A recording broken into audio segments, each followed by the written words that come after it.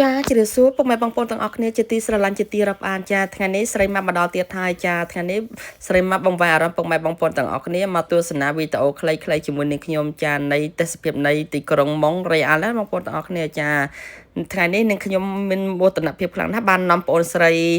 មកពីអាមេរិកណាទាំងអស់គ្នាចានាំគាត់ទៅដើរលេងនៅទីក្រុងម៉ុងរ៉េអាល់ណាទាំងអស់គ្នាចាហើយនឹងខ្ញុំក៏ឆ្លៀតថតវីដេអូនេះដើម្បីឲ្យពុកម៉ែបងប្អូនទាំងអស់គ្នាចាហើយបងប្អូនចូលមើលបងប្អូនទាំងអស់គ្នាចានេះរូបសំណាក់នេះហ្នឹងបងប្អូនទាំងអស់គ្នាចាំមានអាយុកាលបងប្អូនជួយគិតមើលខ្លួនឯងតើមានអាយុកាលប្រហែលឆ្នាំទាំងអស់គ្នាចា1642ហើយមកដល់ឥឡូវគឺឆ្នាំ2025តើមានអាយុកាលប្រហែលឆ្នាំទាំងអស់គ្នាចានេះខ្ញុំក៏បានកាត់លេខដែរអ្នកទាំងអស់គ្នាចានេះជាពហិហ្នឹងណាបងប្អូនទាំងអស់គ្នាចាពហិហ្នឹងលក្ខណៈថាអាយុកាលតាំងតែកសាងតាំងតែ1642មកដល់សប្តាហ៍នេះអ្នកទាំងអស់គ្នាចាហើយឃើញទេ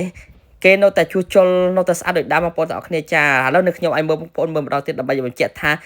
នេះខ្ញុំអត់បាននិយាយលេងទេបងប្អូនទាំងអស់គ្នាចាហ្នឹងគឺអាយុកាលនៃព្រះវិហារនេះបងប្អូនទាំងអស់គ្នាចាតែបងប្អូនបានចូលក្នុងទស្សនាខាងក្នុងទៀតដឹងថាល្អស្អាតអ្នកទាំងអស់គ្នាចាស្អាតខ្លាំងណាស់បងប្អូនទាំងអស់គ្នាចាឥឡូវកុំឲ្យនិយាយច្រើនឥឡូវមកទស្សនាជាមួយនឹងខ្ញុំបន្តទៀតបងប្អូនទាំងអស់គ្នាចាឃើញថ្ងៃនេះមនុស្សមកទស្សនាកកបងប្អូនទាំងអស់គ្នាចាមើលនេះមានហើយថ្ងៃនេះសម្បូរជាងគេសម្បូរសាលាបងប្អូនទាំងអស់គ្នាចាសើមើលនេះហើយនេះគឺជាហូថែលលោកកន្លែងគិនហ្នឹងបងប្អូនទាំងអស់គ្នាចាឬអូតែលបងប្អូនទាំងអស់គ្នាចាស្អាតហ្នឹងបងប្អូនទាំងអស់គ្នាចាឥឡូវនេះមើលបង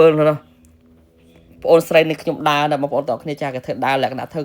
គេធ្វើដូចគេណាតារាបងប្អូនទាំងអស់គ្នាចាមើលនេះតែខ្ញុំហ្នឹងលួចថតគិនរវល់ទៅថតបងប្អូនស្រីនេះខ្ញុំ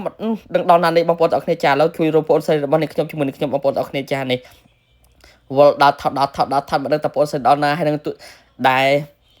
ភ្ញៀវមកពីអាមេរិកនឹងមិនដឹងក៏តន់ដល់ណានេះបងប្អូនទាំងអស់គ្នាចាំមើលតែទោះបីយ៉ាងណាក៏ដោយក៏ឆ្លៀតពេលវេលាដើម្បីថតវីដេអូនេះដើម្បីផ្ញើពុកម៉ែបងប្អូនមើលណាបងប្អូនទាំងអស់គ្នាចាអញ្ចឹងបងប្អូនពេញចិត្តនឹងវីដេអូនេះខ្ញុំនឹងព្យាយាមបន្ថតវីដេអូនេះបន្តទៀតណាបងប្អូនទាំងអស់គ្នាចាឥឡូវមកទស្សនាជាមួយនឹងខ្ញុំបន្តទៀតណាបងប្អូនគ្នាចាកុំឲ្យថាអូនឹងមីយូរីនេះប្រកែអធិប្បាយមកនិយាយឡើងជាចោះតប៉ែអញ្ចឹងខ្ញុំបន្តទៅទៀតណាបងប្អូនទាំងអស់គ្នាចានេះគឺជាវិស្វ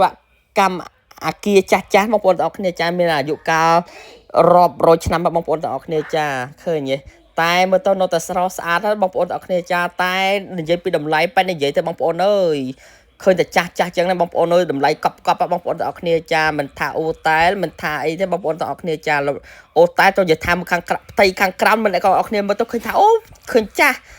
មើលទៅអត់ឃើញអសូរស្អាតបងប្អូនទាំងអស់គ្នាតែបងប្អូនបានចូលទៅមើលបងប្អូនទាំងអស់គ្នាចាលំដាប់ផ្កាយ5បងប្អូនទាំងអស់គ្នាចានេះខ្ញុំនិយាយតើសួរនៅខ្ញុំដែលបានចូល